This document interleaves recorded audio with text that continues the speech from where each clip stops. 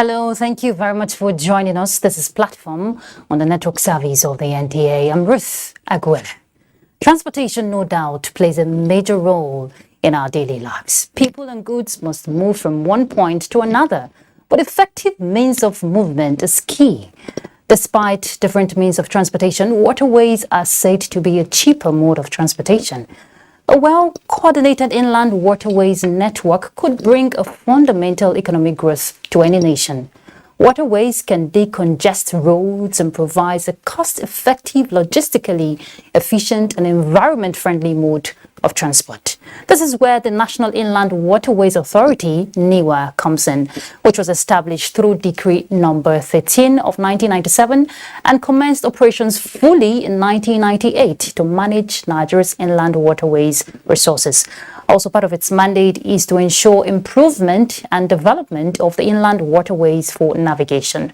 But according to NIWA, 28 of the 36 states and the FCT of the Federation can be linked by water, though only about 30% of these vast resources, which is about 3,800 kilometers of waterways, are navigable, and at least 17 out of the 28 states are accessible. Although there is potential for economic development, the waterways no doubt remain underutilized. That's what the experts are saying. So what has NIWA done so far to make the inland waterways a viable alternative to road transport for Nigeria? Our focus on Platform is harnessing Nigeria's inland waterways for sustainable growth, and our guest is the Managing Director, National Inland Waterways Authority, NIWA, Dr. George Mogalu. Thank you very much for joining us on Platform. Thanks for having me. All right, we have a panelist, but before we introduce our panelist, let's take you through Dr. Mogalu's profile. Dr. George Mogalu had both his primary and secondary education in Aba, that is Abia State. That was in 1977. He also attended the Institute of Management and Technology, Enugu, in 1981. He is a registered practitioner of advertising, member of the Nigerian Institute of Management, member Nigerian Institute of Public Relations, fellow Institute of Sales Executives, fellow Institute of Corporate Administration of Nigeria, fellow Institute of Project Managers of Nigeria, and fellow Africa Business School. Dr. Mogalu is a consummate politician by practice also, and an administrator. He has held several positions both in the private and public sectors. He has served as Director General of Bureau of Cooperatives and Rural Development, Office of the Governor, Abia State. He also served as Chairman, Abia State Government Committee for the Development of Umuahia. In 2019, he was appointed MD NIWA. Once again, thank you for joining us on Platform. Thank you very much. All right, so let's introduce our panelists. Transportation correspondent here in NTA, Oina Kalu Oka. We call her the First Lady of Transportation in NTA. Thank you for joining us on Platform. It's my pleasure, Ruth. All right. So, Dr. Mogalu, the inland waterways for Nigeria, of course, we know prioritizing the country's maritime sector must be key if we want to harness the vast potential therein. From your assessment, sitting at the top of affairs, what is the picture like? Right, let me begin by commending you on the intro. The intro was quite explicit and thank you very much. Very clear for anybody to understand where we are now and where we want to be. I share the same sentiment with you, and then my colleagues in the office share the same sentiment that inland waterways has great potentials, that we need to leverage on it to change the narrative as it has to do with our transportation sector for movement of both cargo and persons. Where we are today is not where we want to be. It's a work in progress, and we keep improving on daily basis. Like you're right, we can reach 28 states of Nigeria by water. It's a massive blessing from God. It's only that we are not fully operational by way of getting the entire over 10,000 kilometers all year round navigable. But like you rightly also said, about 30% of this, which is about 3,000 and some fraction, is all year round navigable. So what we are doing in NIWA is to make sure that this one that is navigable is all year round navigable by way of maintenance, dredging, making sure our surveys are up to date, and then looking at the potentials of expanding the scope by doing more. Like as we speak now, survey work is ongoing. Fortunately for us, we have a partnership where we're sharing with the Navy, the Hydrographic Office of the Navy, and then being sponsored by Nexim Bank on behalf of a Sea-Link project. Okay. So the surveys are ongoing as we speak. The first phase has been completed. We are now on the second phase. We've done trial run of moving cargo from One in Port Harcourt to Onitsha. Then the Lagos, Onitsha we've also done. So what we're trying to do is to encourage that sector so that people can buy into it. Mm-hmm. We're also engaging the critical stakeholders because, like you know, it's only the owner of the consignment that determines how and where the consignment will go. Yes. And how the consignment will go. So we're getting their buy-in, we're getting them involved, we're engaging them at various levels, the Chambers of Commerce, the Importers Association, the private individuals on PPP arrangement. We're getting everybody involved because we have weighed the advantages, which we consider enormous, apart from being eco-friendly, about the costs, implication, safety, and all put together. And then most critically, helping us to decongest the ports we have in Lagos, and more so saving our road infrastructure. Which is very important. Yes, because if you look at the amount of money we invest in road rehabilitation, road repairs, and swiftness with which it gets bad. You don't blame the contractors who did the road, neither do you blame Ministry of Works. But the point is that these roads are not designed to carry the weight they are carrying. I keep making this analogy. If, for example, we have 5 million containers ending up in the southeast, what that simply means is that 5 million trailers will carry these consignments to the east, and 5 million trailers will take them empty containers back. So you have 10 million trailers on the road. The next question you ask yourself, are our roads designed to carry this volume of weight? And the answer is no. And if that is the case, why then do we have to continue doing the same thing and expecting a different result? Because as we continue doing them, the roads will continue caving in and they will continue dilapidating, and then we find ourselves using the resources we would have used for other things, investing them in kind of what I call repeat maintenance of this infrastructure, and it's not in our interest. True, and anywhere in the world, cargoes are ferried either by water or rail. Either by water or by rail. Okay. That is the most comfortable. If you look at the international community, look at developed economies, bulk cargo is usually moved either by water or by rail, not necessarily by road, but that's not the case here.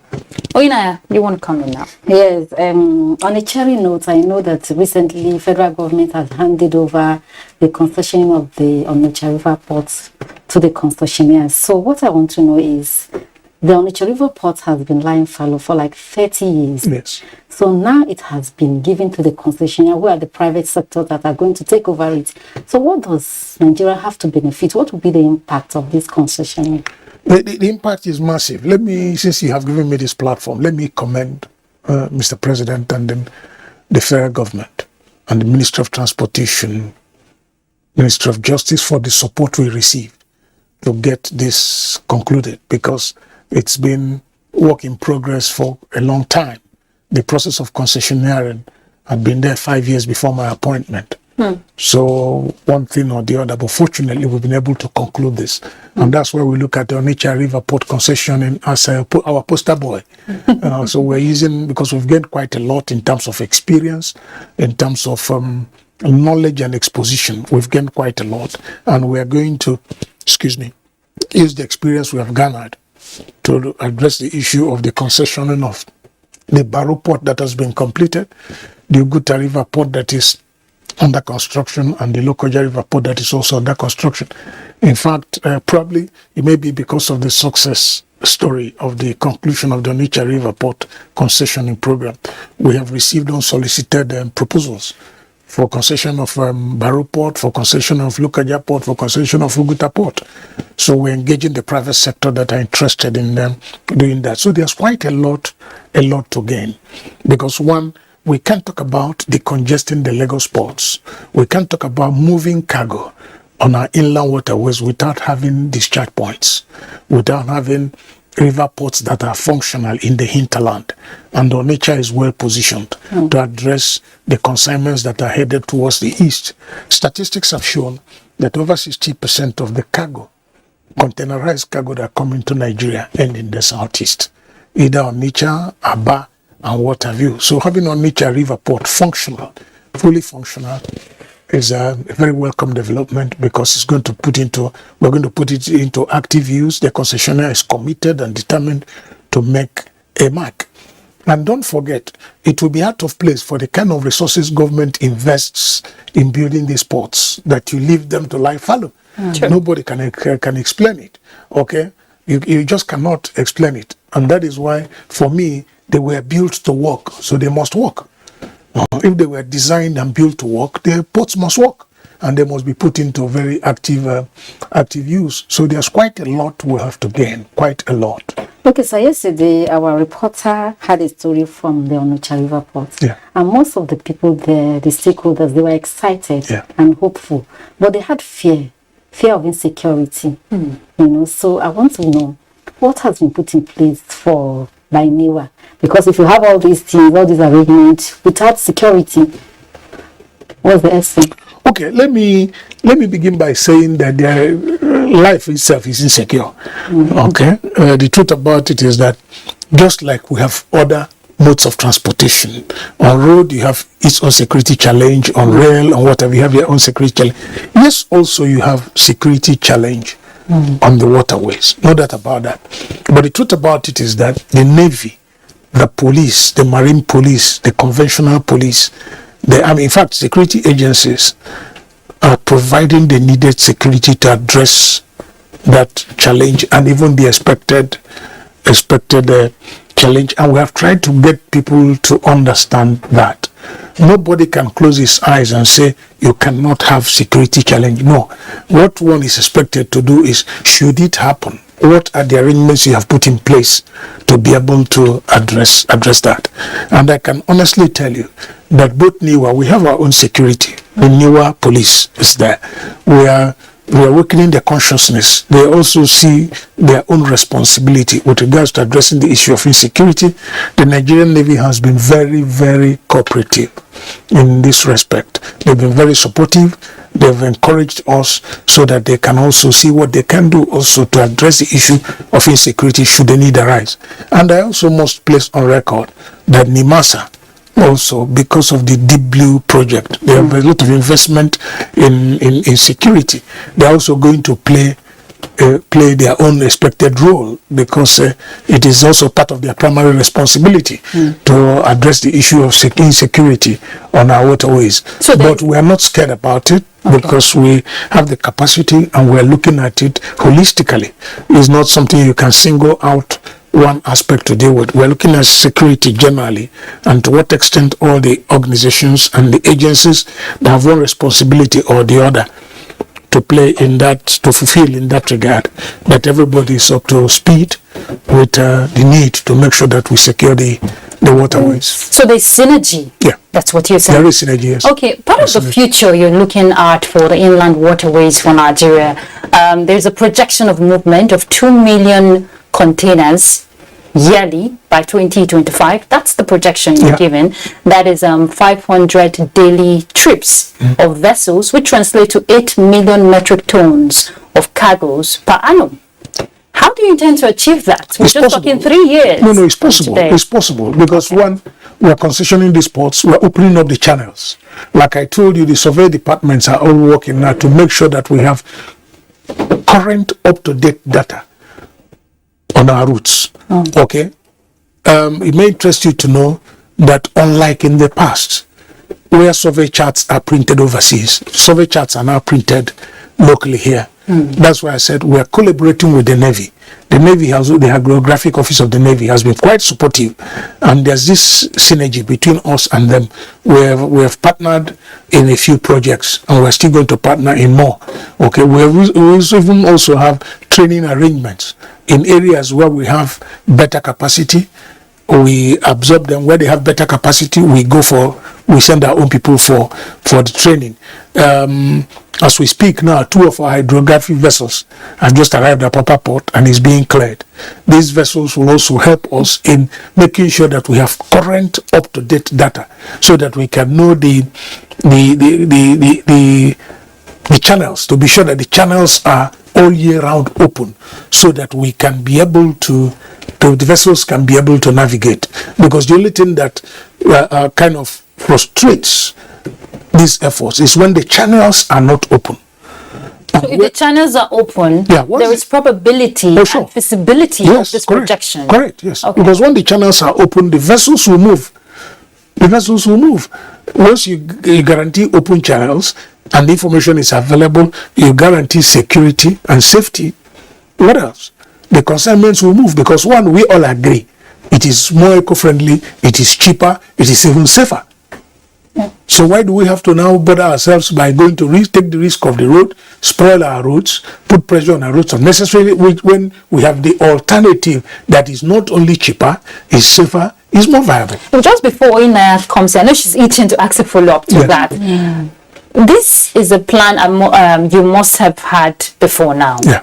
So what would you say were the hindrances that has stalled the process? Because if you're given a 3 years target to achieve 500 daily trips of vessels daily, we're talking about, what other strategy are you going to devise now? Most importantly is to get these critical stakeholders, get their buy-in. And that is what we are working on now, aggressively, partnering with the private sector. For example, now, the concessionaire for Nisha is a private sector player, and his technical partners came from Antwerp, the port of Antwerp. That's the technical partners. These people, if there's nothing else, they have experience and knowledge which they can deploy to make sure that the port is functional. And also, part of the agreements that we signed provides the dredging opening of these channels to make sure that they are all year round navigable. The truth is that they need it as much as we need it. The concessionaires need it as much as we as a government needs it. The stakeholders, the critical stakeholders, the importers, the owners of these consignments, the chambers of commerce, they all need these channels to be all year round navigable as much as we need it. Are you getting me? So if, for example, big importers, some of them have engaged us in Onitsha. Okay, very large, when I mean importers, I mean big importers, who have even suggested that they can even buy their vessels so that they can use the waterway once we give them the assurances they are demanding from us. For example, we have also entered into negotiation with insurance companies to make sure that not only are the barges that will operate insured, but the consignments are also insured. So these are things that to give safety, we are trying to do to give safety and reassure the stakeholders, the importers, that nothing will happen to them. Because you see, this is something that has not been done in the past. Okay, this is one channel. I'm not saying God didn't just give us the waterways today. It's been there. But the point is that we have not taken advantage of it. True. We have not explored it. Yeah. So now we're exploring it. It's a new thing. And that is why in some instances when I discuss with them, they will say, okay, go and try first. Go and move. That was why I had to move containers. I had to move empty containers. There was a time I moved empty containers from Monet, sent from Lagos to Onitsha, just to prove that it's doable. And they saw the containers come. And then the barges now take back these containers. So we needed to break that jinx. We need people to know that it is possible. Yes. All right? While we are doing this, we're also engaging other PPP players who are interested in the passenger ferry services. All right? So as we engage them, we deal with the issues that come up. Certainly there are issues that will come up. It's expected. But as they come up, you identify them, you deal with them, so that and once you deal with it, it's gone. Apart from the experience you gain from it, then those challenges will not be there anymore.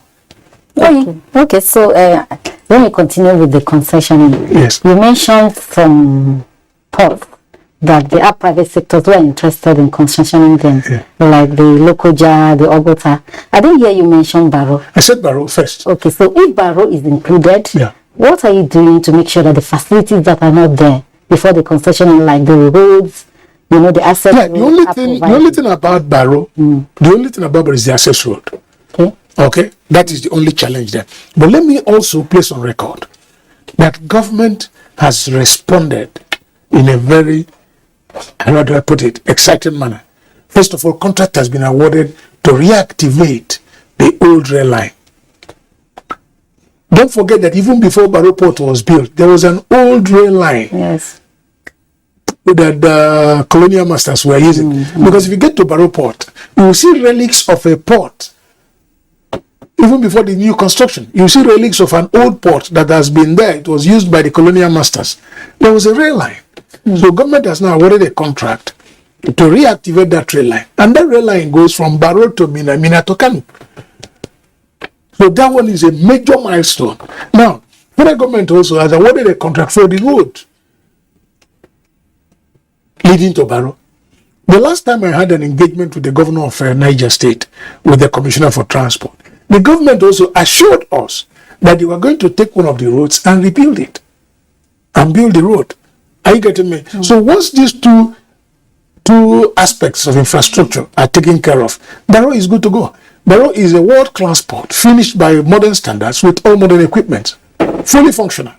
Everything about Barrow Port, I have gone there a few times, but I go by water.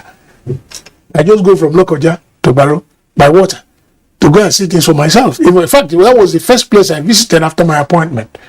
The first water trip I made after my appointment was going from Lokoja to Barrow, and I've gone there a few times thereafter.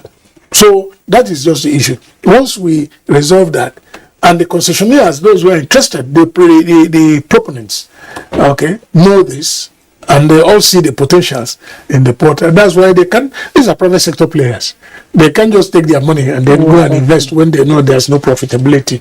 Okay, but VG, some school of thought are wondering, how are these projects all going to take off successfully without dredging? No, you see, let's begin by letting you know there are two types of dredging. Capital dredging and maintenance dredging. Capital dredging is quite expensive. Quite expensive. And it was done, if you recall, if you check our records, you'll find that by 2012, 2013, there was real capital dredging that was done in the country. But unfortunately, after that was done, consistent maintenance dredging was not done. So the tendency for silting was there. But now, what we are laying emphasis on is maintenance dredging. We have acquired some dredgers to be doing that in-house. We are also going to partner with some groups. I had a meeting not long ago with a Chinese consortium that wants to partner with us on the issue of maintenance dredging. Because I was going to ask you about that. Yes, maintenance dredging of all our routes. Okay? There's also another company we are talking with, another foreign company, that's also interested in opening up new channels. There are also some local firms that have sent in unsolicited proposals on how we can partner with them to do some level of dredging, depending on the route we eventually agree with them. So we are concerned. We know that is part of the responsibility, is part of our mandate, to see to what extent that these channels are consistently maintained. But you and I know that resources available to government now is not as much as it used to be in the past. Therefore, in any way you can achieve maximum result with limited cost, you pursue that angle. So for now, the emphasis more is on maintenance dredging, which we are doing in-house. But as resources are available, we will now continue to do. We can now look at see the possibility of doing a capital dredging. I'm happy to say that there was a time, not long ago, we received a letter from the Office of the Secretary to the Government of the Federation, where in the letter there's a contemplation to do dredging of about 1,000 kilometers, and then asked us to give lists of areas we want done, prioritizing our needs, looking at the viability of the routes, which we have done. I'm sure that once that gets executive approval, I'm sure something will be done in that regard. But I agree that there's need for consistent dredging. And it's good you kept mentioning the PPP, public-private partnership, because infrastructure, investment in infrastructure is very important. You need that multimodal network. Yeah, so if we want to look at exploration and management of all these aspects you're mentioning, in what direction would NIWA be looking at?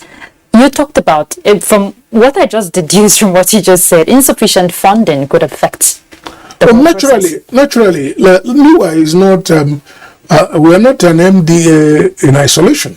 Okay. We are one of the MDAs in this country. And everyone knows that the resources available to us, just like other agencies, may not meet up all what we need to do to enable us to fulfill our mandate. So we have to think inwards. We have to look inwards. We have to see how we can get the private sector to partner with us, to play a role. Okay, just like the concessioning we just concluded. This is the first concession, successful concessioning in the maritime industry. This on nature. River Port. If we had all the resources, we had all the management, there was no need to concession it. But now we have concessioned it, we have removed that burden from government. We are rather expecting returns for that investment, which we are sure returns will come. Because if you look at the agreements and you see the projections. Now, the resources are not there as it used to be. That is a reality. But it's not peculiar to NIWA. It's not even peculiar to our country alone. It's an economic situation that affects the whole world. But as it is concerning us, the resources may not be there. That is why we are now involving the private sector more aggressively than we would have ordinarily done, to get them to partner with us, share our vision, so that we can develop this sector for the benefit of they themselves from the private sector, ourselves, and the country in general. Which is long overdue, but better late than never. Yeah.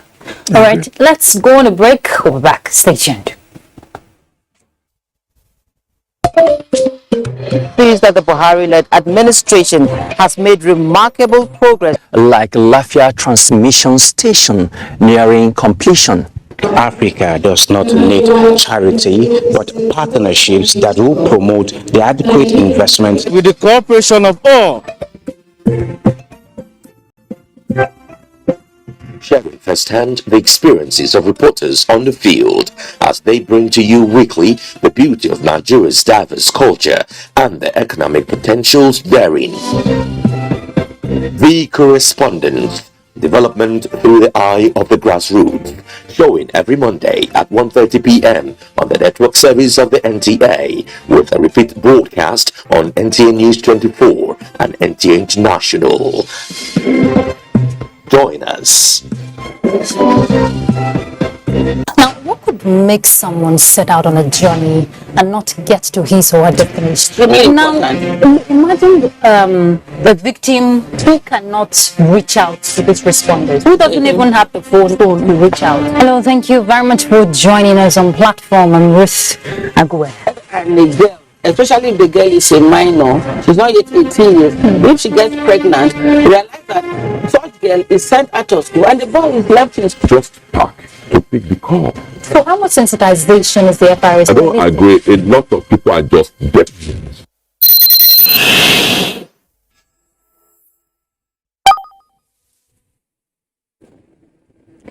Welcome back. Thanks for staying tuned. We're still talking harnessing Nigeria's inland waterways. Now, Dr. Mugalu, we talked about the whole aspect of inadequate funding. Aside that, if we want to look at the regulation in the inland waterways, when it comes to barge operations and all of that, whose responsibility is it? Is it NIWA?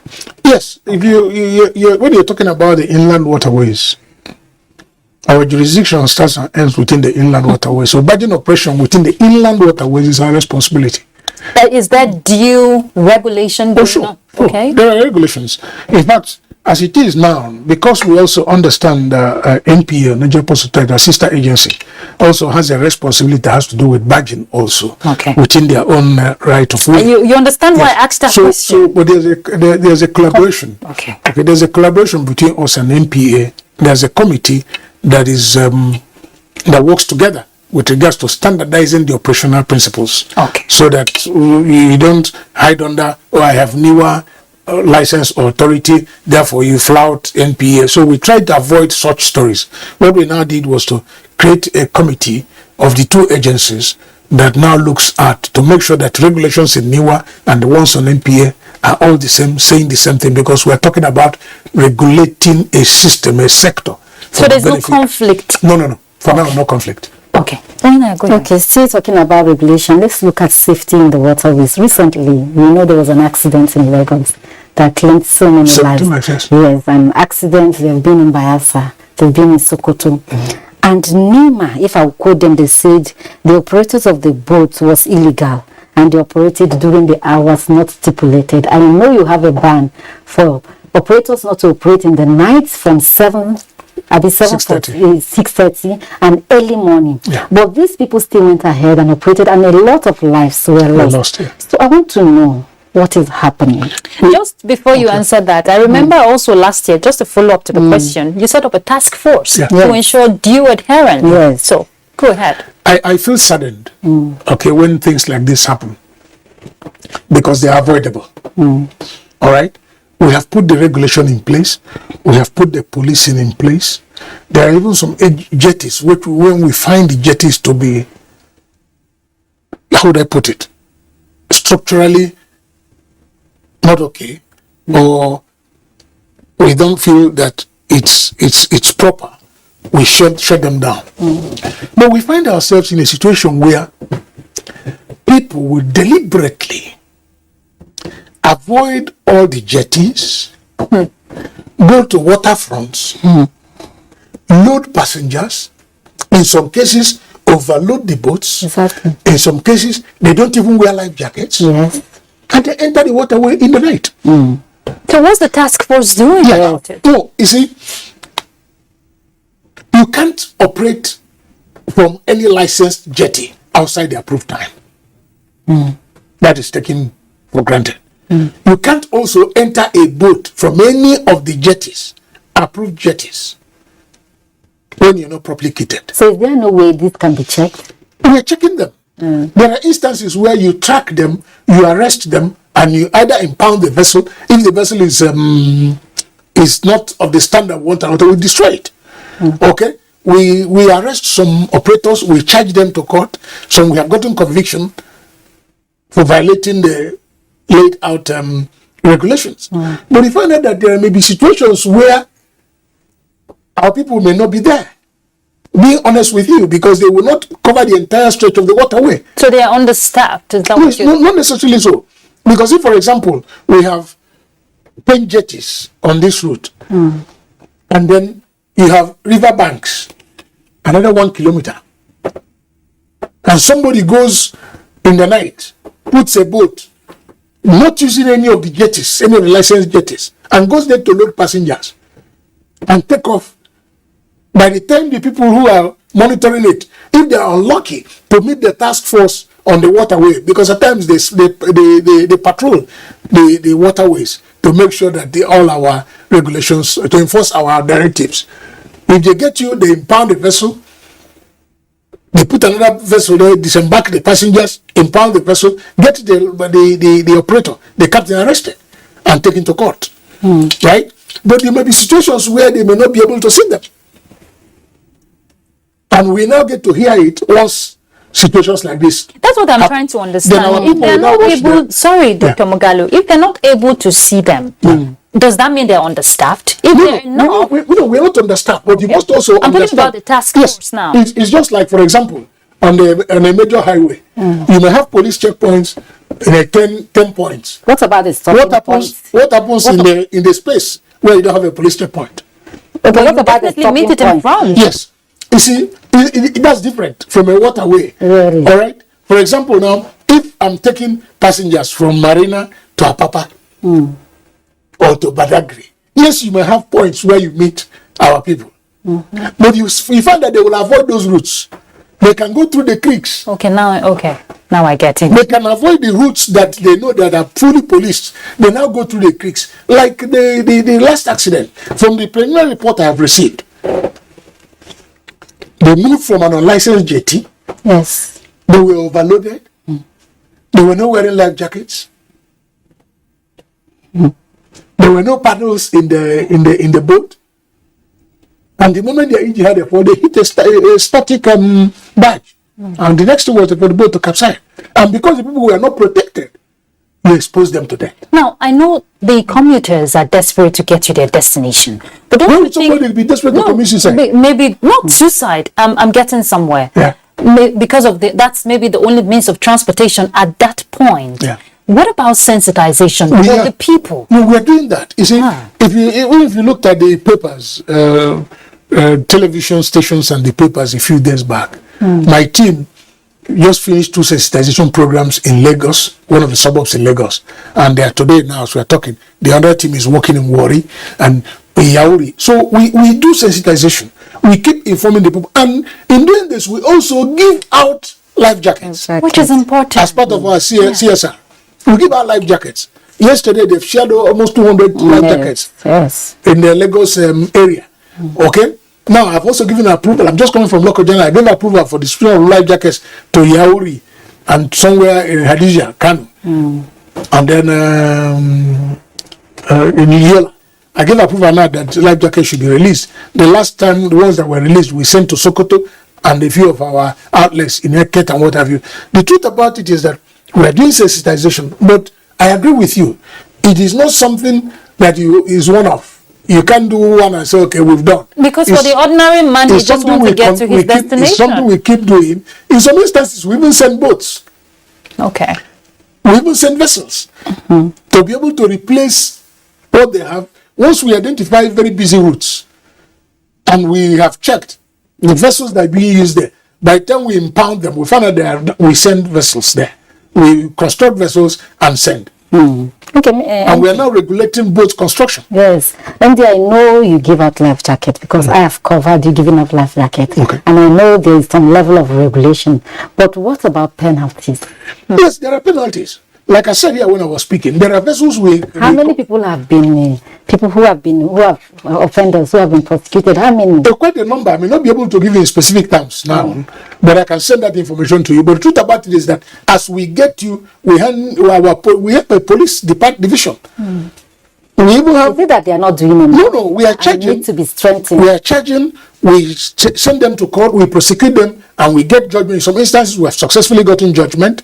We have even impounded some vessels, destroyed them, because there are some levels of vessels we get that we feel should not be on the waterway. We get them, we destroy them, so that they cannot get back to the waterway. Because if you get them and impound them, they can have reason for another release later. But once we get these vessels and we feel that they are not seaworthy or riverworthy, we destroy them, so that they cannot deploy them again on waterway. Just for clarity's sake, the newer act provides for penalty. Yes. That's for illegal activities along the waterways or underwater. Is that the penalty you're talking about? Yes, we have penalties. And it's just 50,000 naira or 6 months imprisonment or both. There's also one breach that gets you 7 years. Okay. Okay. There's a breach there that also gets you 7 years. If you look at the media, my people were reminding them that you can also go in for 7 years. Okay, if you breach some of these protocols. Okay, there is also, for example, if it's a jetty, if we find that the breach or the infringement is by a jetty, we shut down the jetty completely. Has anyone been convicted? Oh yes, we have shut down some jetties in Lagos. We have. Okay, so I know in Sokoto precisely, some passengers lost their lives. And it was the use of wooden boats which are not supposed to be used to convey passengers. No. You see, there are wooden boats that are built to convey passengers. Depending on the capacity. Oh, yes, depending on the capacity. Because if a wooden boat that is designed and built to carry 10 people carries 20, is a problem. Because you have overloaded it. The likelihood of running into a problem is there. So nobody will tell you that wooden boats are not designed. Today, we have started regulating boatyards. I'm proud to say that a lot has happened in terms of boat construction. If you go to some of the boatyards in Port Harcourt or in Lagos, you'll be excited. There are some of our vessels we have commissioned, tugboats, barges. Fully made in Nigeria. Completely. I've seen that. Everything. Fully made in Nigeria. Tugboats, world class, barges, passenger vessel ferries, boats and things, all made in Nigeria. You'll be excited. You'll be proud to say this was done by our people. Apart from that, also the naval dockyard in Port Harcourt and even in Lagos as we speak, are working for maritime agencies, building sea crafts. All right? So we are regulating. We have a team now, we go on routine inspection. There's a department whose responsibility it is to go on routine inspection within the inland waters to regulate, to make sure that the vessels that is being built at these various boat yards are within specification and of standard before you can now get them to be deployed on water. There are some of our contractors are also doing their boats, constructing their boats in Port Harcourt. Let me give you a typical example.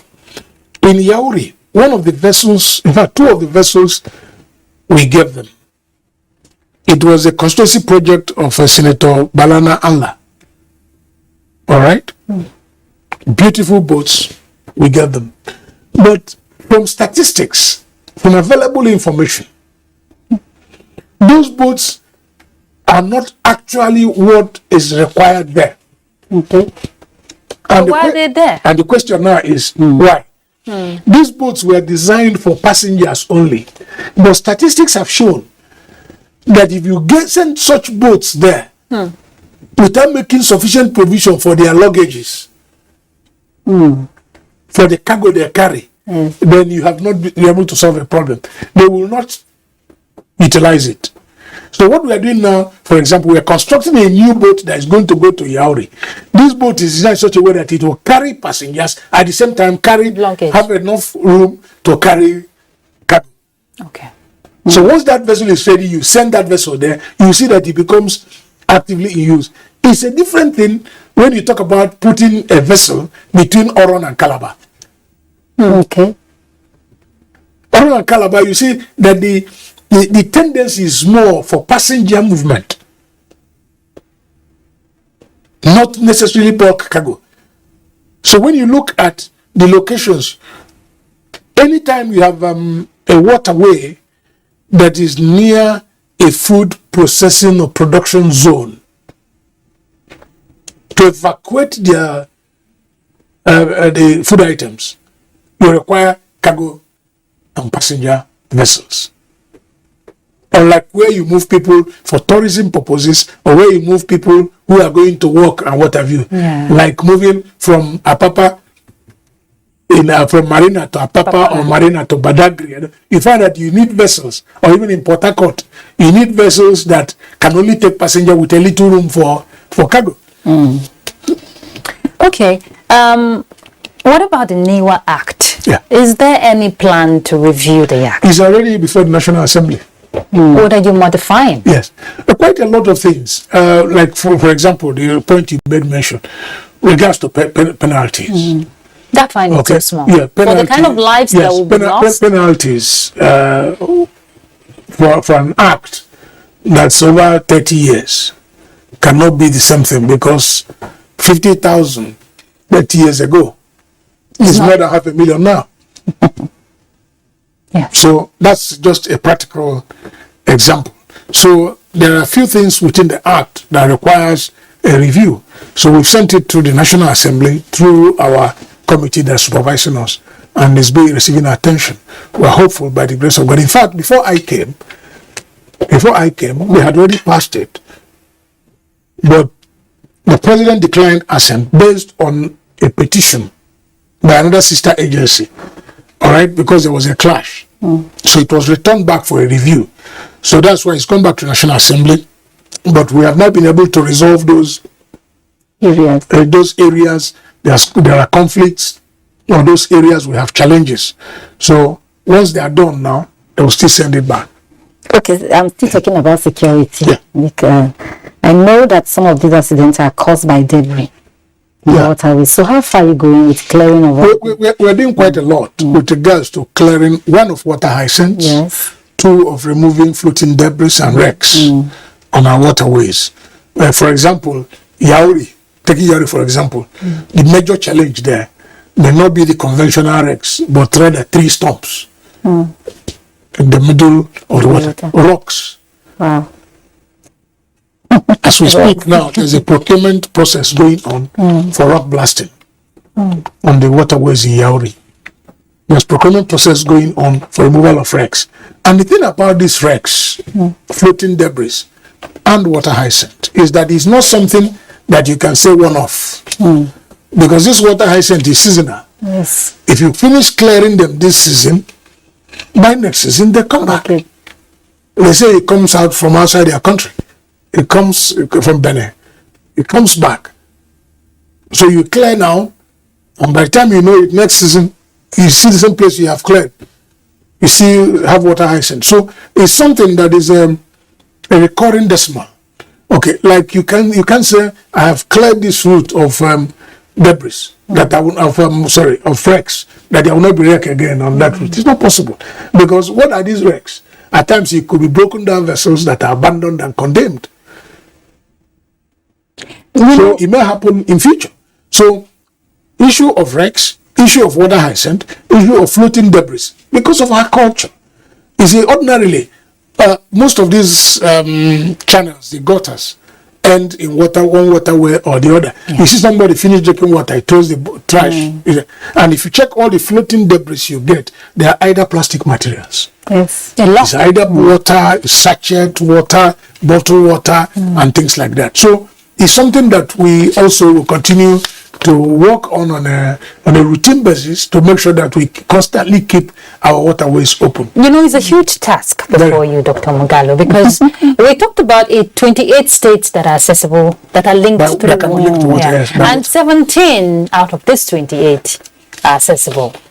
For the remaining numbers, all this strategy you're deploying for these other ones that are working, that are in progress, what are you doing to ensure that you expand your tentacles?